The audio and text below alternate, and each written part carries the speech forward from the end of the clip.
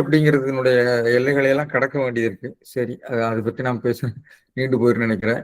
சரி, நம்ம பேசுவோம். நான் இன்னைக்கு மறுபடியும் நம்முடைய விருந்தோம்பலுக்கு வர்றேன். அந்த விருந்தோம்பல் திரையை இப்பொழுது உங்களோடு நான் பகிர்ந்து கொள்ளலாம் என்று நினைக்கிறேன்.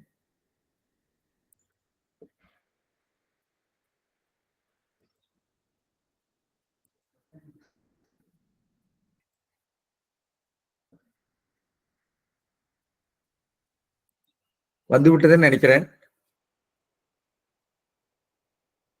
திரை வந்து விட்டதா?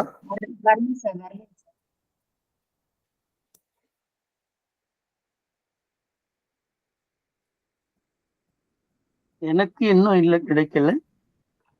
இன்னும் கிடைச்சிருக்கா? வரலைங்க சார். வந்துச்சாமா? இல்ல வரலைங்க சார். ஷேர் ஆப்ஷனே வரலைங்க சார். அப்படியா? நான் மறுபடியும் பாக்குறேன் என்னன்னு நடந்தது. ஓஹோ, இதை பண்ணணுமோ? சரி, இப்போ வரும்னு நான் நினைக்கிறேன்.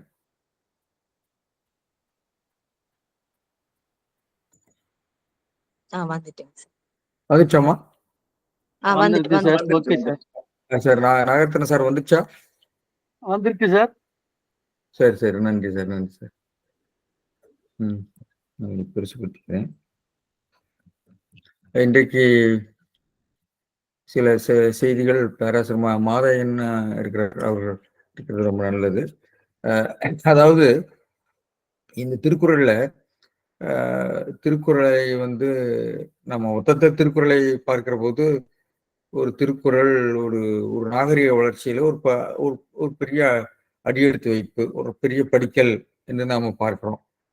அதாவது நம் பல்வேறு தொல்குடி பண்பாடு, பல்வேறு சமய பண்பாடு, வடக்கிருந்து வந்த வைதிகம், சமணம், பௌத்தம், தொல்குடி பண்பாடு இவற்றினுடைய கலப்பில ஒரு புதிய பண்பாட்டினுடைய உருவாக்கத்துல திருக்குறள், அது குறிப்பாக தமிழ் பண்பாட்டு உருவாக்கத்துல ஒரு ஒரு ஒரு பண்பாட்டை, ஒரு இந்த எல்லா பண்பாட்டுக்கும் மேல இருக்கக்கூடிய ஒரு பண்பாட்டை உருவாக்குறது, எல்லாம் கலந்து இவற்றையெல்லாம் உள்ளடக்கி, அதனால ஒரு பொதுமை பண்புகள் இருக்கிறதுன்னு நாம் பார்ப்போம்.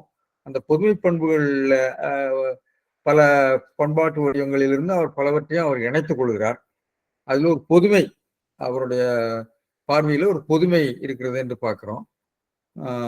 அது கடவுள் கோட்பாடாக இருந்தால் அது பெரும்பாலும் கடவுள் கோட்பாடு சமணத்தை ஒட்டியதாக அமைத்திருக்கிறார்.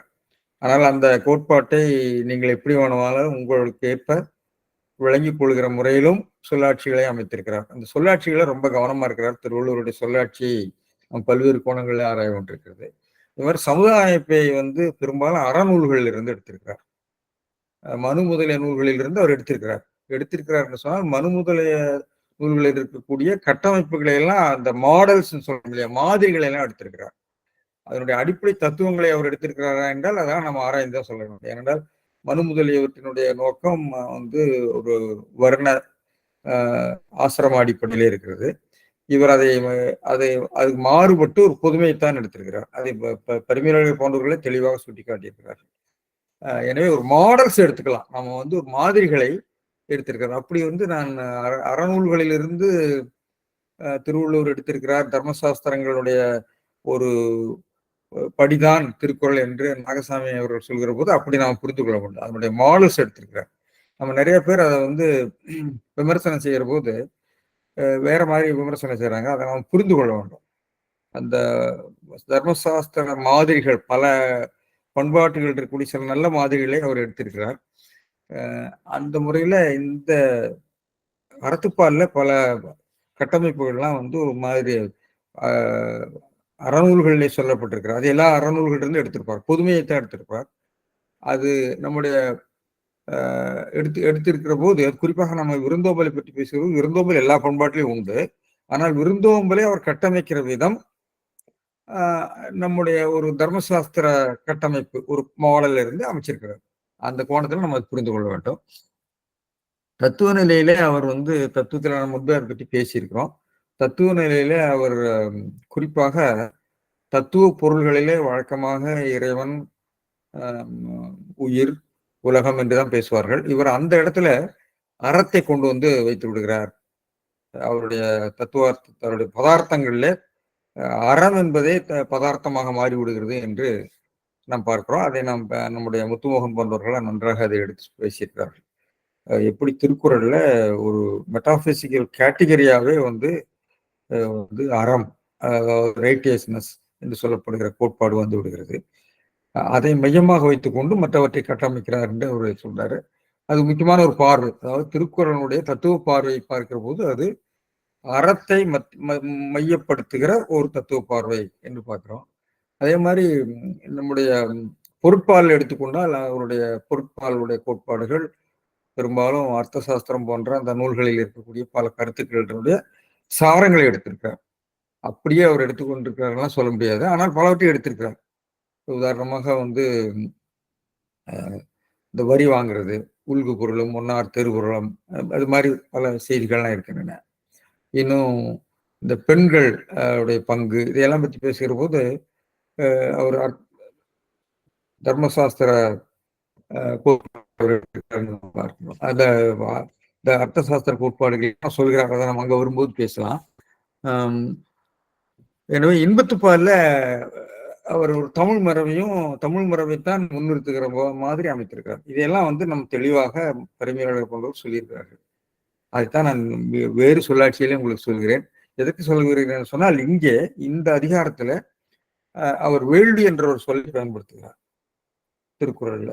வேள்வி, வேளாண்மை என்ற சொற்கள், இவைகளுக்கெல்லாம் அவர் இப்படி இந்த மாதிரி ஒரு புதிய கருத்தாக்கங்களை கொண்டு வருகிற போது அந்த சொல்லாட்சிகளை எடுத்துக்கொண்டு, அந்த சொல்லாடல்கள் என்று இன்னைக்கு நாம் பேசுகிறோம், சொல்லாட்சிகளை எடுத்துக்கொண்டு அதற்கு இவர் எப்படி பொருள் கொடுக்கிறார், அதை நாம் புரிந்து கொள்ளவில்லை என்றால், அதாவது திருக்குறளை நீங்கள் புரிந்து கொள்ள வேண்டும் என்று சொன்னால், ஒன்று சொற்பொருள் நிலையில, அதாவது கிராமட்டிக்கல் நிலையில, இன்னொன்று அதனுடைய கருத்து பின்பலம், அதாவது கருத்தாடல் நிலையில நீங்க சொல்லியிருந்தேன். கருத்து பின்புல நிலையிலே புரிந்து கொள்ள, கருத்து பின்புல நிலையிலிருந்து சொல்லாட்சிகள் மாறுபடுகின்றன. சொல்லாட்சிகளுக்கு ஏற்ப அவருடைய கருத்து பின்புலத்தை நாம் புரிந்து கொள்ள வேண்டும். அது புரிந்து கொள்ளாதனால்தான் நிறைய பேர் இந்த வேள்வி என்று வந்த உடனே திருவள்ளுவர் வேள்வி சொல்ல அது என்று சொல்லி அதுக்கு ஒரு விளக்கங்களை சொல்ல முயற்சி செய்கிறார்.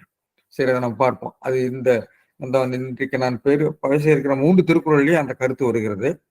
அவர் அதை எப்படி கையாளுகிறார் என்பதை நாம் பார்க்கலாம்.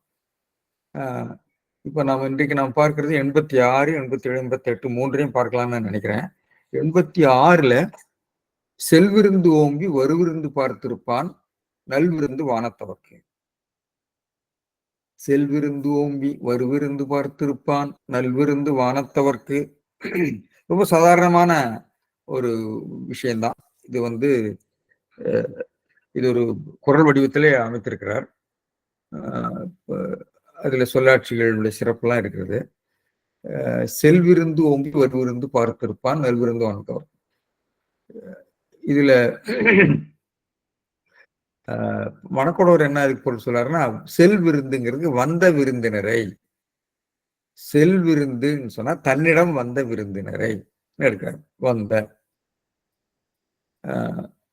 செல்விருந்து ஓம்பி தன்னிடம் வந்த விருந்தினரை போற்றி, வாராத விருந்தினரை, வருவிருந்து இனிமேல் வரப்போறான், இனிமேல் வரப்போகிற, இதுவரை வராத அப்படின்னு ஒரு பொருள் கொடுத்திருக்கார். வராத விருந்தினரை, வாராத விருந்தினரை, இனிமேல் வர இருக்கக்கூடிய வருவிருந்து என்பதற்கு வரும் விருந்து, வருகின்ற விருந்து, வருகின்ற விருந்து என்பதோட எதிர்மறையாக வாராத விருந்து, அதாவது இனிமேல் வர இருக்கிற என்ற ஒரு பொருளையும் மாணக்கொடவர் சொல்லியிருக்கார். இந்த 3 காலத்துக்கு மேல எதிர்காலத்தையும் உட்படுத்துகிற மாதிரி வருவிருந்து என்ற வினத்தொகையை அவர் விளக்கியிருப்பது ஒன்று நுட்பமாக கவனிக்கிறது. எனவே இந்த வரவு பார்த்திருக்கும் அவன் வருவிருந்து, விருந்தினரது, விருந்துங்கிறது விருந்தினர் என்ற பொருள் தான் பயன்படுத்துகிறார் திருவள்ளுவர். ஆனால் நம்ம பிற்காலத்துல அது விருந்து அப்படிங்கிறத விருந்து உபச்சாரம் என்ற அந்த வினை பொருளை நம்ம இன்றைக்கு பயன்படுத்துகிறோம். அந்த பொருளிலே பொருள் சொல்கிறவர்கள் இருக்கிறார். எனவே விருந்தினரது வரவு பார்த்திருப்பவன், வரவு பார்த்திருக்கும் அவன், வரவை எதிர்பார்த்து காத்திருப்பவன் என்று எடுக்கிறார். பார்த்திருப்பவன், இருப்பவன் என்பதை ஒரு துணைவினை போல எடுத்திருக்கிறார். பார்த்திருப்பவன் என்றால் அந்த பார்க்கிற நிலையிலே இருக்கிறவன் என்ற துணைவினை பொருளை எடுத்துக்கிறார். ஏன்னா பரிமையாளர்கள் இது வேற மாதிரி எடுக்கிறார். அது என்னங்கிறது பார்க்கும். வானத்தவர்க்கு நல்விருந்தாகும். இதுல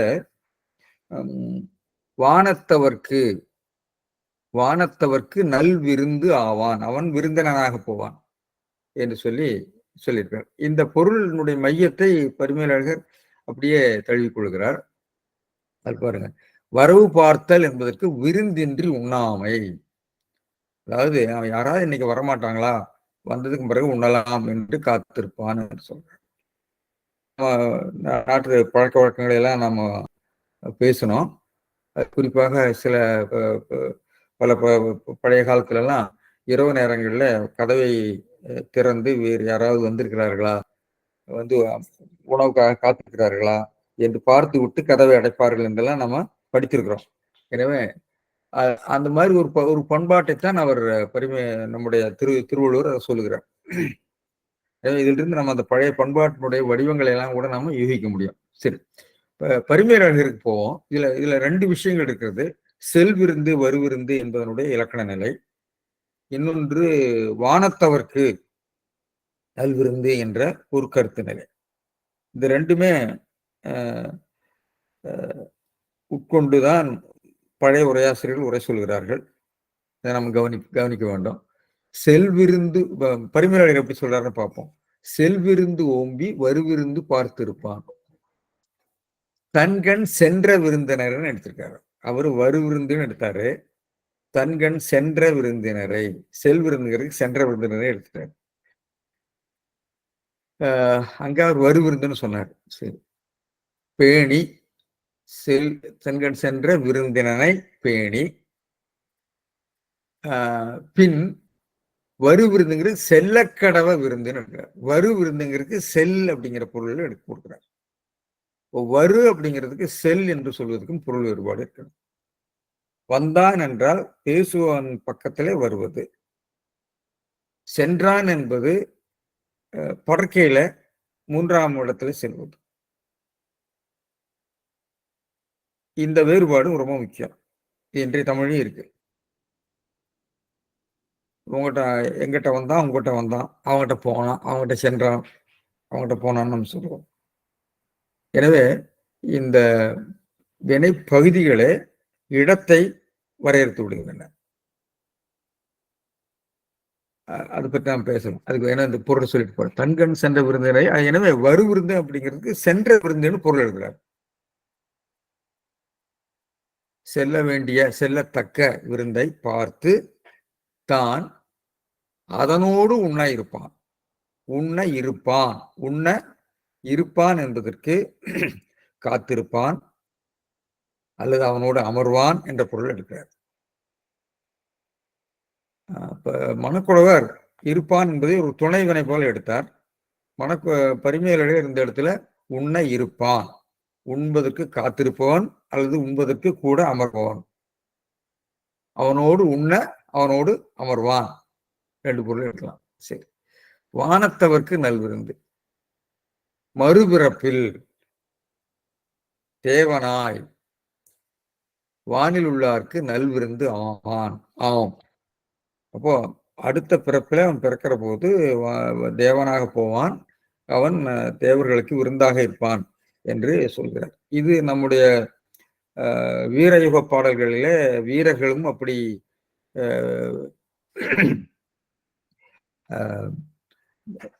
விண்ணுலகத்துக்கு செல்வார்கள். அப்பொழுது அங்கே இந்திரன் முதலியவர்கள்லாம் அறமகளிரோடு வந்து வரவேற்பார்கள் என்ற கருத்து இருக்கிறது. அது அறநூல்களில் இருக்கிறது, தர்மசாஸ்திரங்களில் இருக்கிறது. நம்ம தமிழ் மரபிலும் நம்முடைய வீரர்கள் வீரமரணம் அடைந்து மேலுலகம் செல்கிற போது அவர்களை அறமகளிர் வரவேற்று அவர்களை அழைத்து செல்வதாக தர்மசாஸ்திரங்கள் விரிவாக புராணங்கள் பேசுகின்றன. அந்த மரபு நம்முடைய கல்வெட்டுகளிலும் நம்முடைய நடுகல் கல்வெட்டுகளிலும் நீங்க பார்க்கலாம். நடுகற்களிலும் இந்த வீரமரணம் அடைந்த வீரர்களை அவருடைய சிற்பங்கள் இருக்கும். அதுல ஒரு தளத்துல மேல் தளத்துல அவனை பெண்கள் எல்லாம் வரவேற்று வரவேற்பது போல ஒன்று இருக்கும். அது வந்து நம்முடைய சங்க இலக்கியத்தில் கூட இருக்கிறது என்று பார்க்கிறோம். சரி, எனவே இங்க அந்த வீர மரணத்துக்கு தக்க நிலையில இந்த விருந்தோம்புவன் மேலுலகத்துக்கு செல்வான் என்ற ஒரு கருத்தை சொல்லுகிறார். இது அறநூல்களில் இருக்கிறது. அதையும் பற்றி பேசுவோம். எனவே இங்க இதுல முக்கியமான விஷயம், இந்த வருவிருந்து என்பது இடவழுவமைதி சொல்லியிருக்கார். வருவிருந்து என்பது இடவழுவமைதி. இது ரொம்ப முக்கியமான கருத்து. இந்த கருத்து நம்முடைய இன்றைய மொழிக்கோ இன்றைய வழக்குக்கு இது நமக்கு வந்து இது அவ்வளவு புலனாகாது, சட்டென்று புலனாகாது. ஏனென்றால் காரணம் இல்லை என்று சொன்னால், ஒரு தொல்காப்பியர் காலத்திலும் இன்றைக்கும் மலையாளத்திலும் வழக்கில் இருக்கக்கூடிய இந்த ஒரு சொல்லாட்சியினுடைய ஒரு மரபு சார்ந்த ஒரு பொருள் கட்டுப்பாடு நாம தமிழில் இழந்து விட்டோம். அதை நான் என்னங்கிறத சொல்றேன். அது முன்னாடியே நான் விளக்கியிருக்கேன். அதனால அதை பொருட்படுத்தாமல் தான் இன்றைய உரைகள் இருக்கும். ஏனென்றால் இன்றைக்கு யாருக்கும் அதை பற்றி உள்ள பொருள்நுட்பம் தெரியாது. எனவே இன்றைக்கு நாம் உரை எழுதுகிற போது அந்த அந்த நுட்பம் நம் கண்ணுக்கு சட்டென்று படாது. எனவே அதை பற்றி அலட்டிக் கொள்ளாமல் தான் நம்ம உரை எழுதியிருக்கிறார். சரி, பார்ப்போம். அடுத்து நல்விருந்து என்பதற்கு எய்தா விருந்து. நல்விருந்து என்பதற்கு கிடைத்தற்கரிய ஒரு விருந்தினர் என்று, கிடைத்தற்கரிய விருந்தாக அவர்கள் வரவேற்பார்கள் என்று அவர் சொல்லியிருக்கிறார். எனவே நல்விருந்து என்பதை ஒரு தொகை சொல்லாக எடுத்துக்கொண்டு எய்தா விருந்து என்ற பொருள் இருக்கிறார். சரி, இதன்கண் மறுமைக்கண் எய்தும் பயன் கூறப்பட்டது. எனவே விருந்தோம்பல்னாலே மறுமைக்கண் கூறப்பட்டது சொல்லியிருக்காரு. இதை நான் விளக்குறேன். மறுபடியும் சில இந்த 2 செய்தி விளக்க வேண்டும். ஒன்று இலக்கண செய்தி, இன்னொன்று இந்த கருத்து, இந்த தேவனாக செல்கிற இந்த செய்தி. இதுல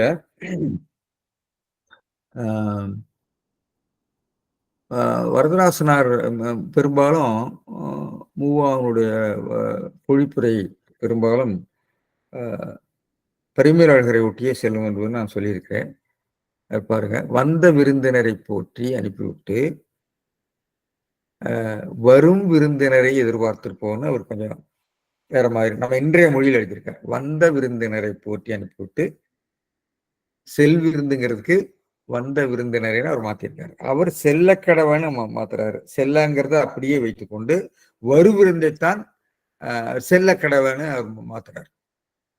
இவர்கள் மேலிருந்து வரு விருந்தினரை நோக்கி செல்விருந்தை வந்த விருந்தினரை எடுத்துக்கொள்கிறார். வந்த விருந்தினரை போற்றி அனுப்பிவிட்டு இனி வரும் விருந்தினரை எதிர்பார்த்திருப்பவன் வானுலகத்தில் உள்ள தேவருக்கு நல்ல விருந்தாகும். இது பொருள் சரிதான். ஆனா இலக்கண நிலையில செல் என்பதை வா என்று நீங்க பொருள் சொன்னால் அது இடவழுவமை. அப்ப இதை நீங்க இடவழுவமையாக சொல்ல வேண்டும். பரிமேலழகர் அதை இடவழுவமையாக சொல்லிக்கிறார். பார்ப்போம். தன்னிடத்து வந்து செல்லும் விருந்தினருக்கு உதவி விருந்து அனுப்பிவிட்டு பின் வரக்கூடிய விருந்தினை எதிர்பார்த்திருப்பவன் விண்ணுலகத்தார் விரும்பி எதிர்கொள்ளத்தக்க விருந்தினர். இதுவும் நம்முடைய மூவாவுப்பால் தான் சொல்லியிருக்காரு. சரி, இதை நம்ம வந்து 2 நிலைகளை பார்க்கிறோம். ஒன்று, பரிமேலழகர் வருவிருந்து என்பதை செல்லக்கடவை என்று பொருள் சொல்லியிருக்கிறார். மற்றவர்கள் மணக்குடவர் தொடங்கி செல்விருந்து என்பதற்கு வருவிருந்து என்று இடவழுவமையாக அதை கொண்டு அதுக்கு பொருள் சொல்லியிருக்கிறாங்க. அவர்கள் அதை உட்கொண்டிருக்கிறார்கள். இடவழுவமை பரிமேலழகர் தெளிவாக அதை இடவழுவமையாக கொண்டு அதை பொருள் இருக்கிறார். இதுக்கு என்னுடைய வாக்கிய அமைப்பு என்னன்னு பார்த்தீங்கன்னா, செல்விருந்து ஓம்பி வருவிருந்து பார்த்திருப்பான் வானத்தவர்க்கு நல்விருந்து. அவ்வளவுதான். திருக்குறள் ரொம்ப பிளைனா இருக்குது. சரி, இதனுடைய சொல்லடையை பார்க்கிற போது பாருங்க, செல்விருந்து அப்படிங்கிறதுக்கு தன்கண் சென்ற விருந்து. தன்கண் சென்ற விருந்து. தன்கண் சென்ற விருந்துன்னு சொன்னா படர்க்கை. அவன் தன்கண் சென்ற, தன்கண் சென்றன்னு சொன்னால் படர்க்கை, அவனிடம் சென்ற என்று படர்க்கை பொருளாக சொல்லியிருக்கிறார். அப்போ இதுல உள்ள ஒரு இலக்கண செய்தியை நம்ம விளக்க வேண்டாம். சுருக்கமாக விளக்குறேன். நான் ரொம்ப விளக்கத்துக்கு போகல. தொல்காப்பியத்துல இந்த 4 சொற்களை சொல்லி, இந்த 4 சொற்கள் பகுதியினாலேயே இடத்தை உணர்த்தும் என்று சொல்லியிருக்கிறார். பொதுவாக இடத்தை உணர்த்துவது அந்த விகுதிகள் தான். வந்தேன் என்று சொன்னால் தன்மை, வருவாய் என்று சொன்னால் முன்னிலை, வருவான் என்று சொன்னால் படர்க்கை என்று நாம விகுதியினால சொல்லுவோம். ஆனால் இங்கே தா, கொடு, வா, செல் இந்த 4 சொல்லும் இடத்தை பகுதியினாலே உணர்த்திவிடும். அதாவது எனக்கு தந்தான், உனக்கு தந்தேன் என்று தா என்பது தன்மை முன்னிலையில் வரும். அவனுக்கு கொடுத்தேன் என்பது படர்க்கையில் வரும். எனவே தா தன்மை முன்னிலை, கொடு படர்க்கை. அதே மாதிரி வா என்பது தன்மை முன்னிலையும், செல் என்பது படர்க்கையிலும் படர்க்கையும் உணர்த்தும். எனவே அந்த சொல்லாட்சியிலேயே அந்த இடம் உணர்த்தப்பட்டு விடும் என்ற ஒரு விஷயத்தை தொல்காப்பியர் ஒரு விதியில சொல்லியிருக்கிறார். அது கிளவியாக்கத்தில் இருக்கிறது. இந்த வழக்கு சங்க இலக்கியத்திலே போற்றப்பட்டிருக்கிறது, போற்றப்படாமல் இருக்கிறது. ஆனால் இந்த வழக்கு இன்றைக்கும் நம்முடைய இலக்கிய வழக்குகள்ல அது மயங்கி வந்திருக்கு. ஆனால் சிலப்பதிகாரம் போன்ற நூலிலே அது தெளிவாக அந்த சொல்லாட்சி அப்படியே காணப்பட்டிருக்கு. அதுக்கு காரணம் மலைநாட்டில் இன்றைக்கு மலையாளத்துல இந்த சொல்லாட்சி தெளிவாக இருக்கிறது. எனக்கு தன்னோம், எனக்கு தன்னோம், அவனு கொடுத்து என்று சொல்லி அவர்கள் தெளிவாக இன்றைக்கும் அந்த சொல்லாட்சியை வைத்திருக்கிறார். மலையாளத்துல தொல்காப்பிய விதி இன்றளவும் போற்றப்படுகிறது. அதை போற்றப்படுவதை நீங்க சிலப்பதிகாரத்துல நீங்க பார்க்கலாம். சிலப்பதிகாரத்துல அந்த தா, கொடு, வா, செல் என்று வருகிற இடங்களை பார்த்தீங்கன்னா அப்படியே தொல்காப்பிய விதியோடு ஒட்டி இருக்கும். அது இன்றைய மலையாள வழக்குக்கும் ஒட்டி இருக்கும். சரி, அதுக்கு நாம் போகல, விளக்கமாக போகல. அந்த விஷயத்தை எடுத்துக்கொண்டு இந்த இடத்துல செல் விருந்து என்பதை நிச்சயமாக தொல்காப்பியர் சொல்கிற விதியிலிருந்து விலகின ஒரு வழக்கு தான் இது. இது திருவள்ளுவர் 4-5 இடத்துல இந்த இடஒழுங்கை சொல்லியிருக்கிறார். தா, கொடு என்பதற்கு 2-3 இடத்துல சொல்றாரு. இந்த வா, செல் என்பது இந்த ஒரு இடத்துல தான் இடஒழுங்கையாக சொல்லியிருக்கிறார். எனவே இந்த விஷயங்கள் இதை வைத்துக்கொண்டு நாம திருக்குறளுடைய அந்த சொல்லாடலில் இருக்கக்கூடிய கூட்டு நிலைகளை நாம் உணர்ந்து கொள்ள முடியும். நான் விரிவாக ஒரு கட்டுரை எழுதியிருக்கேன். அதை போன வகுப்புலையும் சொன்னேன். அதுக்கெல்லாம் நான் ரொம்ப போகல. எனவே இந்த இடத்துல இந்த சொல்லாடல் மூலமாக அவர் என்ன சொல்ல வர்றாருன்னு சொன்னா, அவனிடம் சென்ற விருந்தை அவன் பேணி அவன் இனி அவனிடம் செல்லக்கடவ விருந்தை காத்திருப்பவன் என்று படக்கை பொருளை அவர் எடுத்திருக்கிறார் இவர். அதனால அந்த செல் விருந்து என்பது படக்கை சொல், வருவிருந்து என்பது அவன் படக்கையில எப்படி வருவதுங்கிறது தன்மை முன்னிலைக்கு தானே வர வேண்டும். அது எப்படி படக்கைக்கு வரும்? அதனால அந்த இடத்துல அதை இடவழுவமைதியாக ஏற்றுக்கொள்ளக்கூடிய வழக்கு. ஆனால் அதுக்கு பொருள் செல்ல கடவைன்னு பொருள் அளிக்கிறார். இடவழுவு அமைதியை சுட்டிக்காட்டி விட்டு அந்த இடத்துல நான் இதை வருவிருந்து என்பதை செல்லுகிற விருந்து, அவனிடம் செல்லுகிற விருந்து என்று பொருள் எழுதுகிறேன் என்று பரிந்துரைகள் எழுதியிருக்கிறார். ஏனென்றால் அவர் இலக்கண புலவர், மொழி தொல்காப்பியத்துக்கு உட்பட்டு வந்தது திருக்குறளுக்குரிய இலக்கண நூல் தொல்காப்பியம் என்ற ஒரு கருத்து பார்வையில அவர் செஞ்சிருக்கிறார். எனவே இதுதான் முக்கியமான விஷயம். நான் ரொம்ப சுருக்கமாக சொல்லிவிட்டேன். நான் அதுக்கு போகல. அந்த கட்டுரையில நம்ம விரிவாக பார்த்துக் கொள்ளலாம். ஓம்பி என்பதற்கு பேணி, வரு விருந்து, செல்லக்கடவை விருந்து, வாராத விருந்துன்னு எழுதினாரு நம்முடைய மணக்குடவர். எனவே அந்த இடத்துல அவர் வினைத்தொகையை எப்படி எதிர்மறை பொருளும் கொள்ளும்படி எடுத்திருக்கிறார் நாம் பார்க்கிறோம். சரி, பார்த்து என்பதற்கு விருந்தை பார்த்து விருந்தின்றி உண்ணாமின்னு மணக்குடவர் எழுதினார். விருந்தை பார்த்து இருப்பான் என்பதற்கு அதனோடு உண்ண இருப்பான் என்று பரிமையாளர்கள் எழுதியிருக்கார். இருப்பான்னா உட்காருவான்னு அர்த்தம். அதுக்காக உட்கார்ந்துருப்பான், காத்திருப்பான், அமர்ந்திருப்பான். மணக்குடவர் துணை வினையா எடுத்திருக்கிறார். பார்த்து கொண்டு அந்த நிலையிலே இருக்கக்கூடியவன் என்று எடுத்திருக்கிறார். இப்படி நுட்பமாக அந்த சொல்லாட்சி வேறுபாடுகளை அவர்கள் உட்கொண்டு பொருள் எழுதியிருக்கிறார்கள் என்பதை நம்ம கவனிக்க வேண்டும். சரி, வானத்தவருக்கு மறுபிறப்பில் தேவனாய், வானில் உள்ளார்க்கு அவர் எடுத்துட்டு போயிட்டாரு. இவர் வானில் உள்ளார்க்குன்னு சொல்லிட்டாரு. நல்விருந்து நல்ல விருந்தினன் ஆவான். சரி, எனவே இந்த இடத்துல நான் வேள்வி பற்றி பேசுறது அடுத்தது இதில் பேசுறேன். இதுல காரியத்தர கவிராயர் சுட்டி காட்டியிருக்கிறார். திருக்கோவையாரில் இப்படி பொருள் எழுதியிருக்கிறார் என்றெல்லாம் மேற்கோள் அவருக்கு பகுதியில் எடுத்து காட்டியிருக்கார். எனவே என்னுடைய திருக்குறள் கூட்டுநிலைகள் என்ற இந்த கட்டுரையில் பார்த்தீங்கன்னா இந்த இடவழு அமைதியை குறிக்கிற இடங்கள்ல இந்த தா செல் பற்றி கூறும் குறள் இது ஒண்ணுதான். தா கொடுவு பற்றி நிறைய இடங்கள்ல சொல்லியிருக்கிறார். சரி, இதுல கவிராசர் என்ன சொல்றாருன்னா, செல் விருந்து அப்படிங்கிறதுக்கு வழக்கமாக செல்லக்கூடிய விருந்து, வீடுகள் தோறும் செல்லக்கூடிய விருந்துன்னா மகாமுனிகள். நான் முன்பே சொல்லியிருக்கிறேன். அவர் சமண பின்புலத்திலிருந்து கவிராசர் உரை எழுதுவார். அப்போ இந்த சமண முனிவர்கள் இந்த குகைகளில் வாழ்ந்து கொண்டிருக்கிற போது அவர்கள் பட்டினி நோன்பிகள் அவர்களுக்கு பேரு. அவர்கள் பசியோடு தான் இருப்பாங்க. ரொம்ப முடியாமல் போனால்தான் அவர்கள் உணவு உண்ண வெளியே பசித்தால் போய் தெருவிலே போவார்கள். அந்த இல்லறத்தார்கள் அவர்களை பார்த்து அவர்களுக்கு கொடுப்பார்கள். அந்த அவர்களுக்கு பேரு வழக்கமாக வரக்கூடிய செல்விருந்து என்று சொல்லி மகாமுனிகள், அதாவது இந்த உபவாசம் இருந்து கவிராசர் உரையில விளக்கமாக அதை சொல்லியிருக்கிறார். அதை நான் படிக்கிறேன்.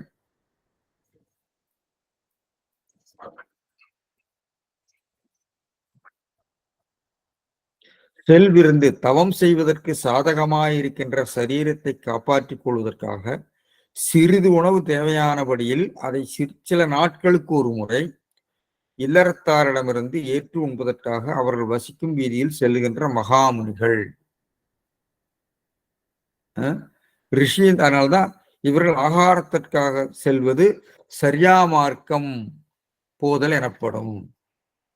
இவர்கள் எந்த வீட்டையும் குறிப்பிட்டு போகார், வீதி வழியே செல்வார்கள். இல்லறத்தார் நவபுண்ணிய கிரமத்தோடு உபசரித்து உணவை கொடுத்தால் ஏற்றுக்கொள்வார்கள் என்பது கவிராசர். இது சமண பண்பாட்டுல எப்படி இருக்குது. இதான் செல் விருந்துனா ரெகுலரா போகக்கூடிய விருந்துங்கிற பொருள் அவர் எடுக்கிறார். சரி சரி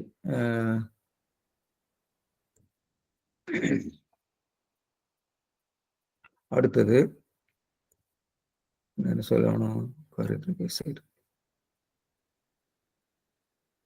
இதை இடவழுவ மீதிக்கு மேற்கோளாக ராமானுஜ கவிராயர் நன்னூல் விருத்தி உரையில சொல்லியிருக்கிறார்.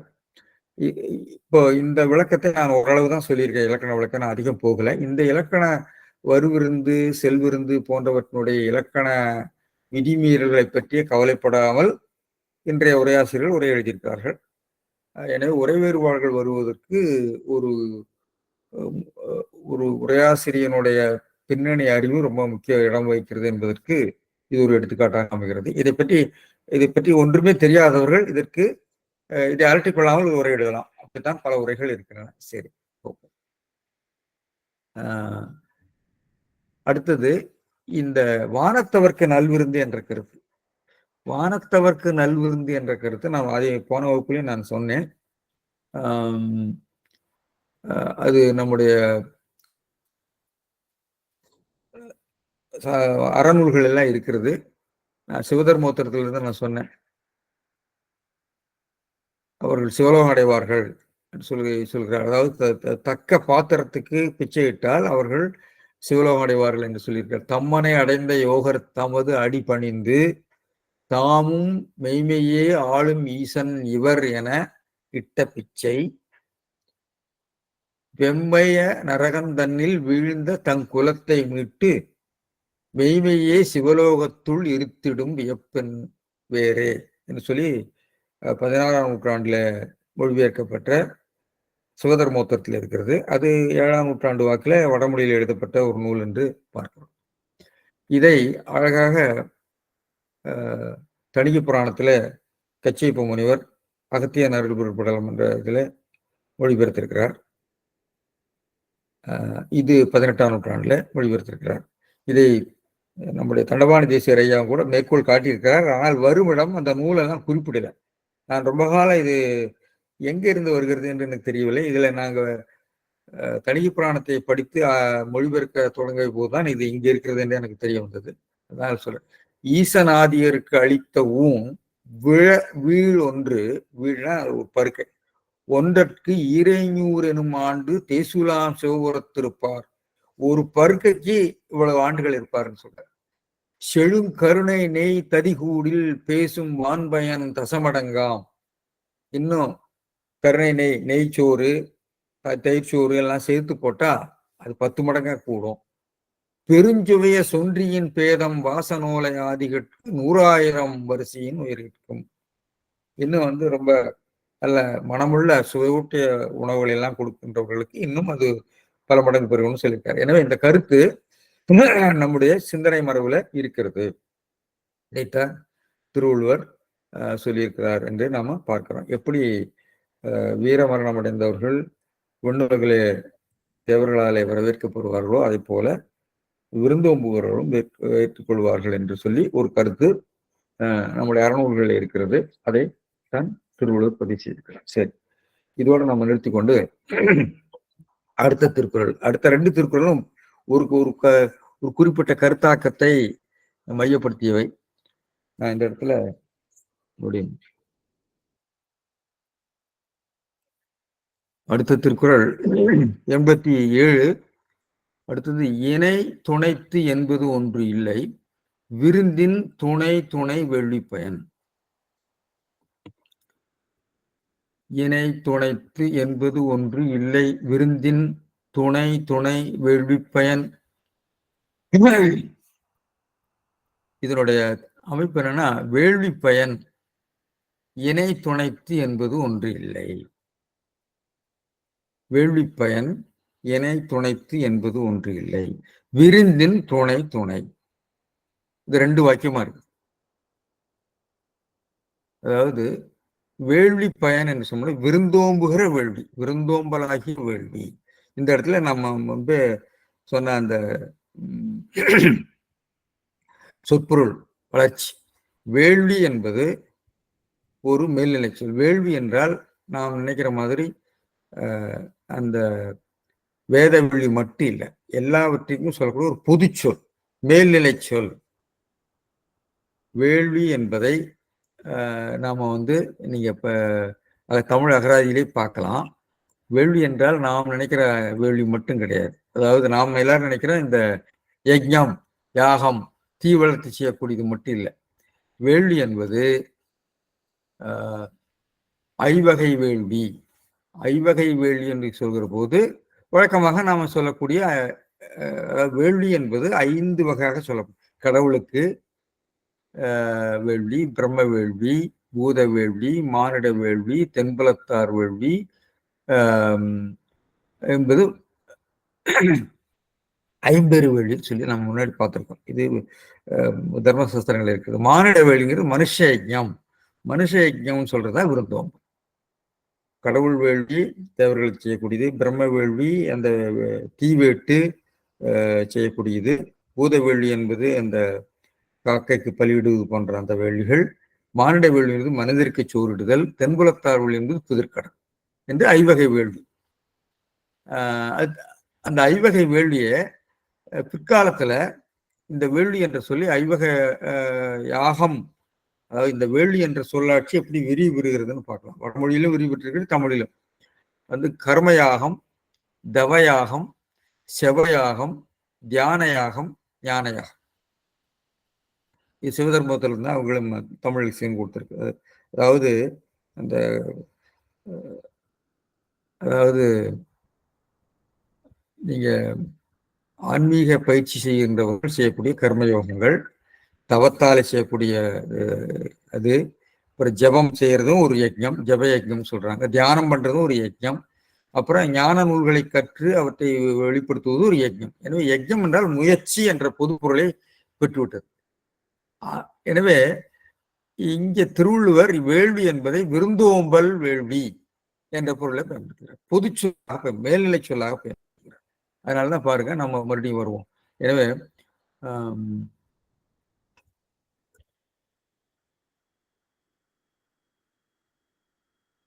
அதுக்கு நான் பரிமேலழகர் சொல்லிட்டு அப்புறம் நான் இதுக்கு போறேன். பரிமேலழகர் வேள்வி பயன் இணை துணைத்து என்பது ஒன்றில்லை. நான் முன்பே சொன்னேன், இதுல பரிமேலழகர் கொண்டிருக்கிற முறை விருந்தோம்பலாகிய வேள்வி. வேள்வி என்பது விருந்தோம்பலாகிய வேள்வி. இன்ன அளவித்து என்பதோர் அளவுடைத்தன்று. விருந்தின் துணை துணை, அதற்கு அவ்விருந்தின் தகுதி அளவே அளவு. சரி, இதை நான் சொல்லிட்டு அதை விளக்குறேன். ஐம்பெரு வேள்வியின் ஒன்றாகலின் வேள்வி என்றும். எனவே வேள்வி என்றது பொது மேல்நிலை சொல்லாலே வேள்வி என்று குறிப்பிட்டு விட்டு இந்த அதுக்கு இன்னொரு வாக்கியத்துல விருந்துன்னு சொல்லியிருக்கிறேன். அது எப்படி நம்ம சொல்லாடலை புரிந்து கொள்வதற்கு நான் ஒரு தற்கால உதாரணம் சொல்லி விளக்குறேன். எனவே ஐம்பெரு வேள்வியின் ஒன்றாகலின் வேள்வி என்றும் பொருளளவுதான் சிறிது ஆயினும் தக்கார்கைப்பட்டக்கால் வான் சிறிதா போர்த்து விடும் ஆகலின் நாளடியார் இணை துணைத்து என்பது ஒன்று இல்லை என்றும் கூறினார். ரெண்டுக்கும் வழக்கு அருமையான வழக்கு சொல்லியிருக்காரு. இது இப்ப மூவா போன்றவர்கள் பார்த்தீங்கன்னா விருந்தோம்புதலாகிய வேள்வின்னு எடுத்திருக்கிறாங்க. வேள்வி என்றது அந்த தீவெட்டி செய்யக்கூடியதல்ல, மனிதர்களுக்கு மனித வேள்வி. மனித விருந்தோம்புதலாகிய வேள்வியின் பயன் இவ்வளவு என்று அளவுபடுத்தி கூறத்தக்கது அன்று விருந்தின் அளவினதாகும். நாமக்கல் கவிஞர் என்ன சொல்றாரு, விருந்தினருக்கு இவ்வளவு அவ்வளவு என்ற கணக்கில்லை, எந்த அளவுக்கு செய்தாலும் அந்த அளவுக்கு நல்ல காரியம் செய்த பலன் உண்டு. ஒரு ஒரு கருத்துரை தான் சொல்லியிருக்கிறாரு. அது உரைன்னு சொல்ல முடியாது, ஒரு கருத்து விளக்கம், அவ்வளவுதான். விளக்கம், கருத்து விளக்கம், கருத்துரை. இதுல வேள்வி பயன் இணை துணைத்து என்பது ஒன்று இல்லை, விருந்தின் துணை துணை என்றுதான் வாக்கியம். அப்போ விருந்தோம்பலாகிய வேள்வி அப்படின்னு ஏன் சொல்றாருன்னா, இப்ப நான் ஒரு வாக்கியம் சொல்றேன் உங்களுக்கு. வேலைக்கு கூலி எவ்வளவு என்று கூற முடியாது. வேலைக்கு நீ செய்யற வேலைக்கு கூலி எவ்வளவுன்னு சொல்ல முடியாது. கொத்தனார் திறமை அல்லது கொத்து வேலையை பொறுத்து அப்படின்னு நம்ம பேசணும்னா, இந்த ரெண்டு வாக்கியமா பேசணும்னா, இந்த வேலை என்ற மேல்நிலை சொல் பொதுச்சொல் கொத்தனார் வேலையை குறிக்குது. வேலைக்கு கூலி அப்படின்னா பொதுவாக உள்ள ஒரு கருத்து இல்லை, நீ செய்யற கொத்து வேலைக்கு எவ்வளவுன்னு அர்த்தம். கொத்தனார் வேலைக்கு கூலி எவ்வளவு என்று கூற முடியாது. கொத்தனாருடைய திறமை அல்லது கொத்து வேலையை பொறுத்தது அப்படிங்கிறது. அல்லது இன்னொரு சாதாரண நாட்டுப்புற வழக்குகள் இருக்குன்னா, மரத்துக்கு விலை எவ்வளவுன்னு சொல்ல முடியாது.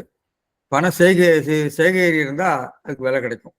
கிராமத்துல பேசுவாங்க, பனைமரம் நல்ல சேகா இருந்ததுன்னா நல்ல விலை கிடைக்கும். அதனால மரத்துக்கு விலைன்னு எல்லாம் சொல்ல முடியாது. ஐயா, நீங்க பணம் வந்து சேகரி இருந்தா கிடைக்கும் அப்படின்னு சொன்னா, அந்த மரம் என்பது பனை மரத்தையும் இந்த இடத்துல குறிக்கிறது. எனவே வேள்வி என்பது மேல்நிலை சொல், வேலை போல. விருந்து அதனுடைய உள்ளடங்கு சொல்.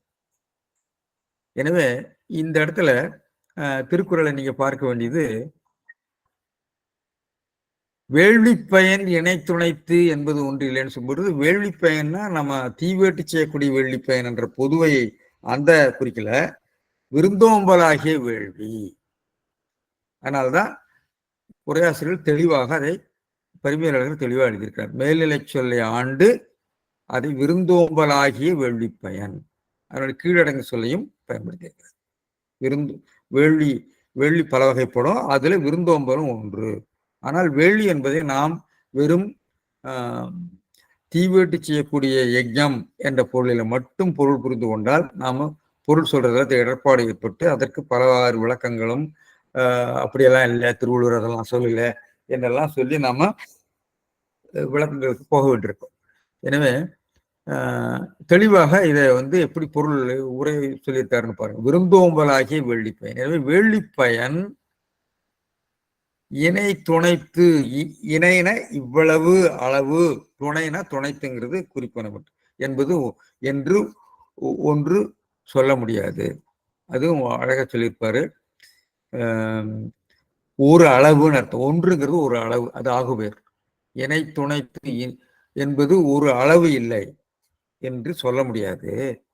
விருந்தின் துணை துணை, விருந்தினுடைய துணை அளவு எப்படியோ அப்படிப்பட்டது. விருந்துன்னு சொன்னா விருந்தினருடைய பெருமை எவ்வளவோ அதுக்கு பெரிய ரிஷிகளுக்கும் பெரிய ஞானிகளுக்கும் விருந்து அளித்தால் அந்த விருந்துக்கு இன்னும் பலன் என்ற அர்த்தம். விருந்து அளவுங்கிறதுக்கு நிறைய பேர் எழுதியிருக்காங்கன்னா, நீங்க வந்து பெரிய அளவில் உள்ள விருந்து ஓம்பல், பல்வேறு விதமான. நான் ஒரு திருமணத்துக்கு போயிருந்தேன். அந்த திருமணத்துல பல்வேறு இந்தியாவினுடைய பல்வேறு பிரதேசங்கள், வெளிநாடுகள் இவற்றினுடைய குசினின்னு சொல்லிட்டு ஒவ்வொரு ஸ்டால் போட்டிருந்தாங்க. வயிறு இருக்கிறது சின்ன வயிறு தான். இந்த வயிறு இத்தனையும் சாப்பிடுவாங்க. அத்தனை அரங்குகள் வைத்திருந்தார்கள். அதுல இந்தியாவில் இருக்கக்கூடிய பல்வேறு பிரதேசங்களுடைய உணவுகள், வெளிநாட்டு உணவுகள் இதெல்லாம் வைத்திருந்தார். இதை நினைத்துக் கொண்டு சிலர் பலர் உரை எழுதியிருக்கிறார். அது அவருடைய செல்வத்தினுடைய அளவு தான். ஆனால் வயிறு அல்லது அது யாருக்கு போகிறது, பாத்திரம், சற்பாத்திரம், அபாத்திரம் என்பதை பற்றியெல்லாம் விரிவாக பேசுவாங்க. அதுக்கு நான் போகல. அதாவது பாத்திரம் மருந்து பிச்சை எடுன்னு ஒரு சொல்றாங்க இல்லையா, அதுக்கு தர்மசாஸ்திரங்கள்ல யாரெல்லாம் பாத்திரம், யார் அபாத்திரம் அப்படின்னு சொல்லிட்டு கடைசியில் அதுக்கு ஒரு ஒரு விதி மீறல் சொல்லுவாங்க. மத்தியான நேரத்துல பசின்னு யார் வந்தாலும் கொடுக்கணும், அவன் மிகுந்த குற்றவாளியாக இருந்தாலும் அவனுக்கு கொடுக்கணும் அப்படின்னு ஒரு கடைசியில் சொல்லுவாங்க. அதாவது இவனுக்கெல்லாம் கொடுக்கக்கூடாது, இவனுக்கு கொடுக்கக்கூடாதுன்னு ஒரு பெரிய விதிகள் எல்லாம் போட்டே வந்துட்டு பசி என்று மத்தியான உச்சி வேளையில வந்து விட்டால் அவர்களுக்கு கொடுத்தே தீர வேண்டும் என்று ஒரு விதி இருக்கு. அப்படி அது பொது விதி, அதனால மீறிய விதி. அதனால ஒவ்வொரு விருந்தாளி நாம் கொடுக்கிற விருந்தினுடைய அவரை பொறுத்து, அவருடைய பெருமையை பொறுத்து நமக்கு பெருமை சொல்றார்கள். இந்த கருத்து சொல்லியிருக்காரு. அதனால வேள்வி என்ற சொல்லாட்சியை கவனிங்க. இப்ப நான் மறுபடியும் மனக்கொடவுக்கு வர்றேன். விருந்தினருக்கு அளித்ததனால் வரும் பயன் இன்ன அளவினை உடைத்தென்று சொல்லலாவது இல்லை. பொதுவா சொல்லிட்டார். வேள்விங்கிறதுக்கெல்லாம் அவர் போகல. விருந்தினரின் தன்மை யாதோர் அளவிற்று அத்தன்மை அளவிற்று விருந்தோம்பலின் பயன் என்று சொல்லி ஒரு கருத்துரை மாதிரி சொல்லிட்டு போயிட்டாரு. அவர் சொல்லுக்கு சொல்லுள்ள உரையாக அவர் சொல்லவில்லை. ஆனால் பரிமேலழகர் விருந்தோம்பல் ஆகிய வேள்வி பயன் இன்ன அளவிற்று, இணைத்து அப்படிங்கிறது இன்ன அளவிற்று, இணை துணைத்து, இன்னங்கிறது இணைத்து, துணைத்துனா அளவிற்று, அளவுடையது என்று ஓர் அளவுடைத்து அன்று. ஒன்று அப்படிங்கிறது அளவு என்ற ஒரு அளவு கிடையாது. அதுக்கு விருந்தின், அதுக்கு விருந்தினரின் தகுதி அளவே அளவு, விருந்தின் துணை அவருடைய அளவே அளவு என்று ஒரு அழகான வாக்கியமாக அமைத்திருக்கிறார். இப்ப நீங்க கவனிங்க. 50 வேள்வியின் ஒன்றாகலின் வேள்வி என்றும், இதுக்கு என்ன அர்த்தம் சொன்னா, இந்த வேள்வி என்ற சொல் இந்த இடத்துல உள்ளடங்கு சொல்லாகிய விருந்தோம்பலை குறிக்கிறது. வேள்வி என்ற மேல்நிலை சொல் ஐவகை வேள்விகளில் ஒன்றாகிய நாம் முன்பே சொன்னோம்ல, மரம், பனை என்று சொன்னோம். வேலை, கொத்தனார் வேலை, உனக்கு வேலைக்கு ஏற்ற மாதிரி தான் கிடைக்க, நீ சேர கொத்து வேலைக்கு உள்ளதான் கிடைக்கும்னு சொன்னா என்ன அர்த்தம்? வேலைனா கொத்து வேலைன்னு அர்த்தம். அது மாதிரி இதை நம்ம புரிந்து கொள்ள வேண்டும். அதை புரிந்து கொள்ள இயலாவிட்டால் நாம் வேள்வி என்பதற்கு ஏன் வேள்வின்னு சொன்னாரு, அது எப்படி சொன்னாரு, இன்னும் பெரிய பக்கமாக எழுதி நிறைய விவாதிச்சிருக்கிறார்கள் நம்முடைய திருக்குறள் விளக்க செய்யக்கூடியவர்கள். அது பாருங்க. அதனால ஒரு திருக்குறளை புரிந்து கொள்ள வேண்டும் என்றால் திருக்குறளுடைய சொல்லாட்சியினுடைய இலக்கண அமைதிகளை புரிந்து கொள்ள வேண்டும். அந்த இலக்கண அமைதியின் வழியாக எப்படி உரையாசிரியர்கள் சொல்லியிருக்கிறார்கள், அது குறிப்பாக பரிமேலழகர் போன்றவர்கள் அதை ஒட்டித்தான் போவாங்க. அப்புறம் அவங்களுடைய கருத்து நிலை, இந்த அதாவது 5 வகையாக ஒரு பாகுபாடு இருக்கிறது, வேள்விகளிலே 5 வகையான பாகுபாடு இருக்கிறது, அது 2-3 வகையான பாகுபாடுகள் இருக்கிறதெல்லாம் நமக்கு தெரிந்தால்தான் அதுக்கு பொருள் சொல்ல முடியும். சரி, அப்புறம் சொன்னாரு, நாலடியார்லையும் சொல்லியிருக்காங்க, பொருள் அளவுதான் சிறிதாயினும் தக்கார் கைப்பட்டக்கால் வான் சிறிதா போர்த்து விடும், வான் அளவுக்கு உயர்ந்து விடும் என்று அவர் சொல்லியிருக்காருன்னு பார்க்கிறோம். அதனால இது இருமையும் பயத்திற்கு காரணம் கூறப்பட்டது. இந்த திருக்குறள் இருமையும் சொல்லுகிறது. அதாவது இருமையிலே அந்த ஞானிகளை கொடுத்த அந்த பெருமை, பிறகு வானத்தவருக்கு செல்லக்கூடிய அந்த பெருமை என்று சொல்லி அந்த 2ஐயும் சொல்லுவதாக அவர் சொல்லுகிறார். இதுல வேள்வி என்பதற்கு விருந்தோம்பலாகிய வேள்வி என்று பொருள் சொல்ல வேண்டும். பயன்தான். இன்னங்கிறது இணைங்கிறது இன்னங்கிறது பெயரடையாக வருகிறது. துணைத்துங்கிறது குறிப்பு மட்டாக வருகிறது. என்பதுங்கிறது வினையாளனையும் பெயர். ஒன்றுங்கிறது ஒரு அளவு, அது ஆகுபெயராக எண்ணாகுபெயராக வருகிறது. இல்லை அப்படிங்கிறது உடைத்தன்றுன்னு சொல்றாரு. உடைத்து இல்லை, ஒன்று இல்லைன்னா ஒன்று உடைத்தில் அன்று, ஒன்று இல்லைன்னா உண்மையினுடைய மறுதலை இல்லை, உடமையின் மறுதலையாக பொருள் சொல்லியிருக்காங்க. இதெல்லாம் ரொம்ப நுட்பமாக நம்ம கவனிக்க வேண்டிய ஒரு விஷயம். சாரியை விருந்தின், அதற்கு விருந்தின் தகுதி அளவே அளவு என்று சொல்லி நாம் பார்க்கிறோம். இதுல நீங்க நான் முன்பே சொன்னேன், திருக்குறள் இந்த அதிகாரத்துல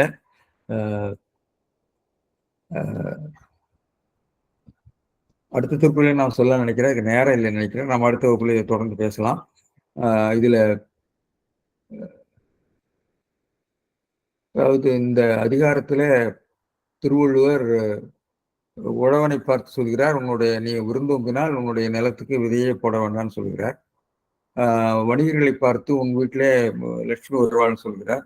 இங்கே ஒரு வேள்வி பயனை பற்றி எல்லாம் பேசுகிற போது வணிகர்களை நோக்கிய பேச்சாக கூட இது இருக்கலாம்.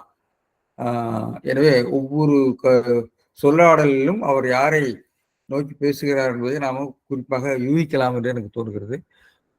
உதாரணமாக கொலை கொடியாரை வேந்துறுத்தல் பைங்குள் களை கட்டதனோடு நேர் என்று சொல்கிற போது அரச தர்மத்தை உழவனுடைய உழவு செயலோடு ஒப்பிட்டு சொல்லுகிற போது அது ஒரு அதனுடைய விளக்கம், பொருள் விளக்கம் அது சட்டுன்னு புரியுது. நீ செய்யறது ராஜா தண்டனை கொடுக்கறது கடுமையானது இல்லை, நீ உழவுல அந்த களை எடுக்கிற இல்லையா, அது மாதிரிதான் அப்படின்னு சொல்கிற போது உழவனுக்கு மட்டுமல்ல பொதுவாக எல்லாருக்குமே புரிகிறது. எனவே நாம் பேசுகிற ஓமைகள் உருவங்கள் எல்லாம் கூட ஒரு கருத்து நிலையில யாரை நோக்கி பேசுகிறோம், என்ன சூழலை விளக்க எழுகிறது என்பதை நாம் யூகித்துக் கொள்ள முடியும். அதனுடைய பிராக்மேட்டிக், லிட்டரரி பிராக்மேட்டிக் சொல்ற அந்த முன்னத்தை உணர்த்துவதற்கு பயன்படும் என்று தெரிகிறது. எனவே இந்த திருக்குறள் ஒரு அந்தணர்களுடைய கருத்தோம்பலை சொல்லுகிறதாக எனக்கு தோன்றுகிறது. எனவே நாம் இந்த சொல்லாட்சியில் அடுத்ததிலே வருகிறது. அதுக்கு நான் இப்ப நேரம் இல்லாதனால அடுத்த வகுப்புல அதை வைத்துக் கொள்ள நினைக்கிறேன். பரிந்தோம்பி பற்றே என்பர் விருந்தோம்பி வேள்வி தலைப்படாதவர். அந்த வேள்விங்கிறதும் விருந்தோம்பி வேள்வி, விருந்தோம்பும் வேள்வின்னு அதை நம்ம பொருள் கொள்ள வேண்டும். அந்த வேள்வியை வேளாண்மை என்று சொல்லியிருக்கிறார். விருந்தோம்பி இல்வாழ்வதெல்லாம் விருந்தோம்பி வேளாண்மை செய்த பொருட்டு என்று இந்த வேள்வி என்ற சொல்லாடல் போலவே வேளாண்மை என்ற ஒரு சொல்லாடலையும் ஒரு பெரு முயற்சி என்ற பொருளில திருவள்ளுவர் கையாண்டிருக்கிறார். எனவே திருவள்ளுவர் தன்னுடைய சொல்லாட்சியின் மூலமாக பொருள் விரிவு செய்திருக்கிறார். ஒரு செமாண்டிக் டெவலப்மெண்ட்ஸ் வந்திருக்கு. அது உரையாசிரியர்கள் நுட்பமாக பார்த்து சொல்லியிருக்கிறார்கள். அதை நாம் தொடர்ந்து அடுத்த திருக்குறளை பார்க்கிற போது இதை தொடர்ந்து நாம் பேசலாம்னு நினைக்கிறேன். இதோடு இந்த உரையை நாம் நிறைவு செய்து கொண்டு விடைபெறுகிறேன். நன்றி. இப்போ தொல்காப்பியத்தினுடைய எழுத்து சொல் இலக்கணம் எல்லாம் அப்படியே திருக்குறள் காலத்துல நிறைய மீறப்பட்டிருக்குங்க. இப்போ வியங்கோல் எல்லாம் எந்த இடத்துல மூவடத்துல எந்த இடத்துல வியங்கோல் வரும் அப்படின்னு சொன்ன வரையறையெல்லாம் அடுத்தடுத்த கட்டத்துல மாறி வந்துச்சு. அதனால மொழி வளர்ச்சி அடிப்படையில இப்படி நடந்திருக்கு. ஏன்னா நீங்களே சொல்றீங்க இந்த தரு கொடுங்கிறதெல்லாம் பல இடங்கள்ல மாறி வந்திருக்குன்ட்டு. அதனால மொழியினுடைய வளர்ச்சி அதை எடுத்துக்கூடாதா? இது ஒரு ஹைப்பர் இன்டர்பிரிட்டேஷனா இவர் பரிமேலழகருக்கு ஒரு பழமை மேல் உள்ள பற்றின் காரணமா தொல்காப்பிய விதியை ஏற்றி சொல்றதா எடுத்துக்க கூடாதா? நீங்க சொல்ற கருத்தை தான் அவர் சொல்லியிருக்காரு. இடவழுவ விதின்னு அவர் சொல்லுகிற சொல்லாட்சியின் மூலமாக இது புதிய வழக்கு அப்படின்னு சுட்டி காட்டியிருக்காரு. புரியுதா? அந்த இலக்கண அறிவு இருந்ததுனால நீங்க சொல்ற கருத்தை, நீங்க சொல்ற அந்த ஹைப்பர் இன்டர்பிரிட்டேஷன் சொல்றீங்க, அதைத்தான் அவர் சொல்றாரு. இது விதிமீறல், அதாவது இந்த விதிகள் இடவழுமையாக வருகிறது, இது பழைய விதியிலிருந்து மாறி வருகிறதுன்னு சுட்டி காட்டியிருக்காரு. அதுதான் அந்த குறிப்பு. சரிங்க சரிங்க. அப்புறம் சொல்ற கருத்து தான் அவர் வேற, நீங்க அப்படி புரிந்து கொள்ளணும் அந்த கருத்தை. சரிங்க சரிங்க ஐயா. அப்புறம் இன்னொரு சந்தேகங்கய்யா, இந்த வேள்விங்கிறத விருந்தோம்பலாகிய வேள்வி அப்படின்னு எடுத்துக்கிறது சரியா இருக்கும். நீங்க எனக்கு என்ன சந்தேகம்னா, இந்த அவிசொரிந்து 1000 வேட்டலின் ஒன்று உயிர் செகுத்து உண்ணாமை நன்று அப்படின்னு இப்போ வேள்வியின் பேர்ல நிறைய உயிர்களை கொன்று சாப்பிட்டு இருக்கிறத பத்தி வள்ளுவர் பேசுறாரு. அதனால ஒருவேளை அந்த விருந்தோம்பல் அதோட ஒட்டுனதா வேள்வி செய்து அதுல அந்த மாமிச உணவுகள் எல்லாம் பகிர்ந்து அளிக்கிறதையும் சேர்த்து சொல்லியிருப்பாரோ ஐயா? எனக்கு தெரியல அப்படி. ஆனா இது இப்படி ஒரு சொல்லாடல் இருக்கிறதுனால விருந்தோம்பலாகிய விருந்தோம்பி வேள்வி தலைப்படாதவர்னு அடுத்தது வருது. விருந்தோம்பும் வேள்வின்னு எடுக்கணும். அந்த இடத்த அந்த விருந்தோம்பி வேள்வி அப்படிங்கிறதுனால அடுத்த திருக்குறளை ஒட்டி பேசியிருந்தா நல்லா இருந்திருக்கும். விருந்தோம்பும் வேள்வின்னு திருவள்ளுவரே சொல்றார். விருந்தோம்புதலை வேள்வியாக அவர் சொல்கிறார்.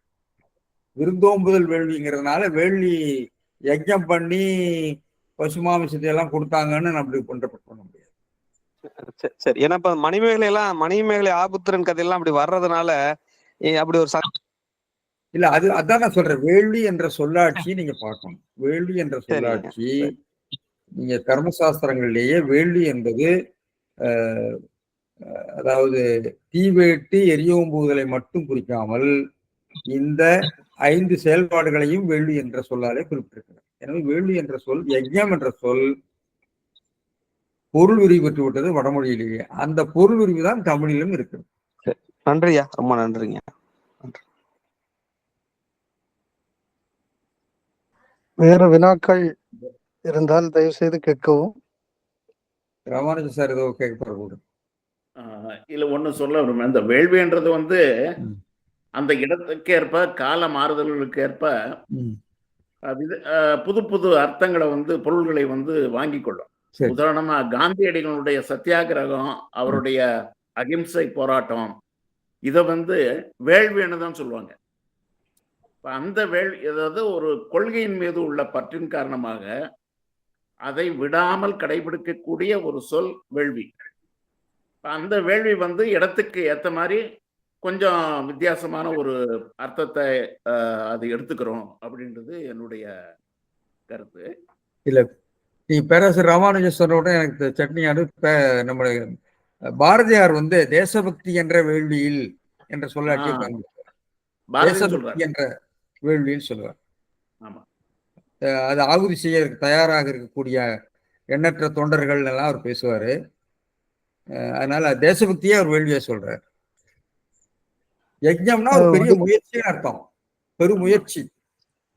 அதான் அதாவது ஒரு தியாகம் அல்லது அந்த போராட்டத்துல வந்து முறை தவறாம எத்தனை கஷ்டம் வந்தாலும் அதை ஏத்துக்கிறதுக்கு ரெடியா இருக்கிறது, அதுக்கு வந்து வேள்வி என்ற மாதிரி ஒரு, இன்னும் சொல்ல போனா டெடிகேஷன், கன்விக்ஷன். அதாவது ஒரு மனம் வந்து எந்த சூழ்நிலையிலையும் மாறாமல் அவர் எதை ஒரு பற்றுதலா வச்சிருக்கிறாரோ அதன்படி நடக்கிறது வந்து வேள்வி. அதனால இந்த பசுவதை செய்யறது இல்லதான் அனிமல் சாக்ரிஃபைஸ், அது அந்த வேள்வி, அது வேற ஒரு கான்டெக்ட். அப்படிதான் நான் இந்த வேள்வின்றதுக்கு வந்து பல அர்த்தங்கள் வர்றதுக்கு சான்ஸ் இருக்கு. இப்பவும் நம்ம அதை வேள்வின்னு சொல்லலாம். இப்போ உதாரணமா ஒரு மாதிரி வன்முறை, அதே மாதிரி இந்த ஊழல், லஞ்சம், இதற்கெல்லாம் எதிர்த்து ஒரு தனி மனிதன் வந்து போராடும் போது அங்க வேள்வி என்ற சொல் வந்து ரொம்ப ரொம்ப அர்த்தமா இருக்கும். டிராபிக் ராமசாமி, இந்த மாதிரி எத்தனையோ பேர் இருக்காங்க. இவர் அண்ணா ஹசாரே, இவங்க எல்லாம் பண்றது வந்து வேள்வி என்ற பொருளுக்கு வந்து தகுதி உடையதா இருக்கும்.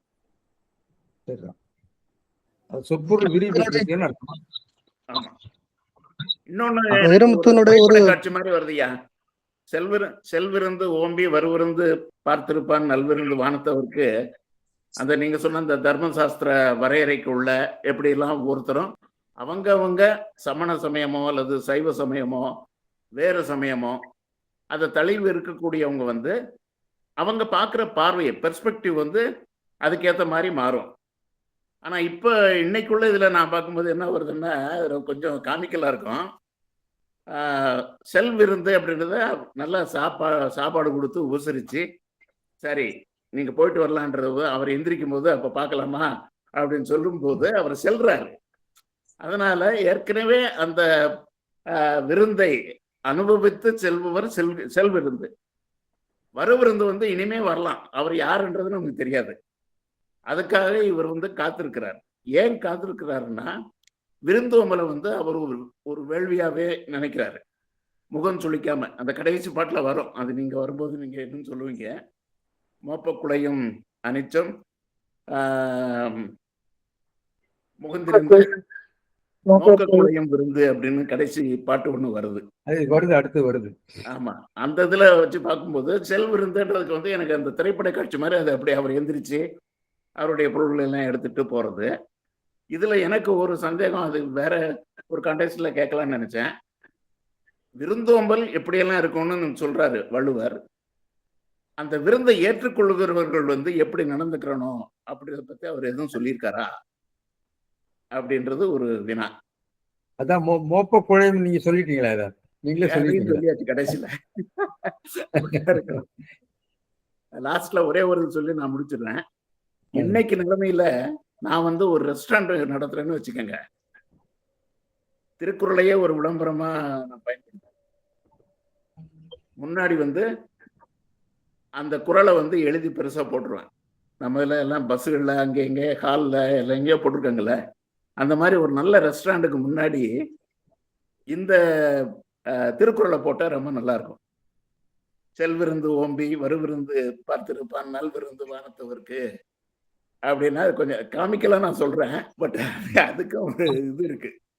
ஒரு வியாபார உத்தி இருந்தா அதையும் பண்ணலாம். ஐயா வணக்கங்கய்யா. இப்போ நீங்க சொன்னீங்க இந்த கருத்து வந்து, அதாவது விகுதியால் இடம் உணர்த்தாமல் வந்து பகுதியே இடம் உணர்த்துவது அப்படின்னு இந்த சொற்கள் எல்லாம் வந்து சேனாவரையரே அந்த மாதிரிலாம் சொல்லியிருக்காரு.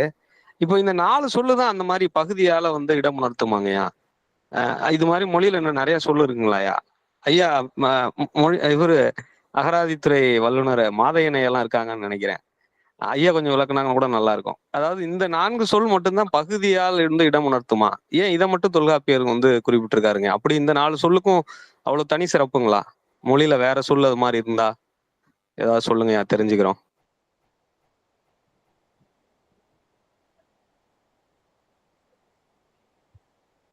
மாதையன் இல்லையா? மாதையன் ஐயா இருக்காரா? ஏன் இது வந்து சாதாரண வழக்கில் இருக்கு. மலையாளத்துல சாதாரண வழக்கில் இருக்கு. மலையாளத்துல இது போற்றப்படுகிற ஒரு வழக்கு. தமிழ்ல நாம இழந்தோம், ரொம்ப காலத்துக்கு முன்னாடி இழந்தோம். ஆமாங்க. ஏன்னா மலையாளத்துல வந்து அவங்க 5 விகுதிகள் வந்து ஒன்னாவே பயன்படுத்துவாங்க. அதனால அவங்க பகுதியால் இடம் உணர்த்துறதை வந்து ரொம்ப ஸ்ட்ராங்கா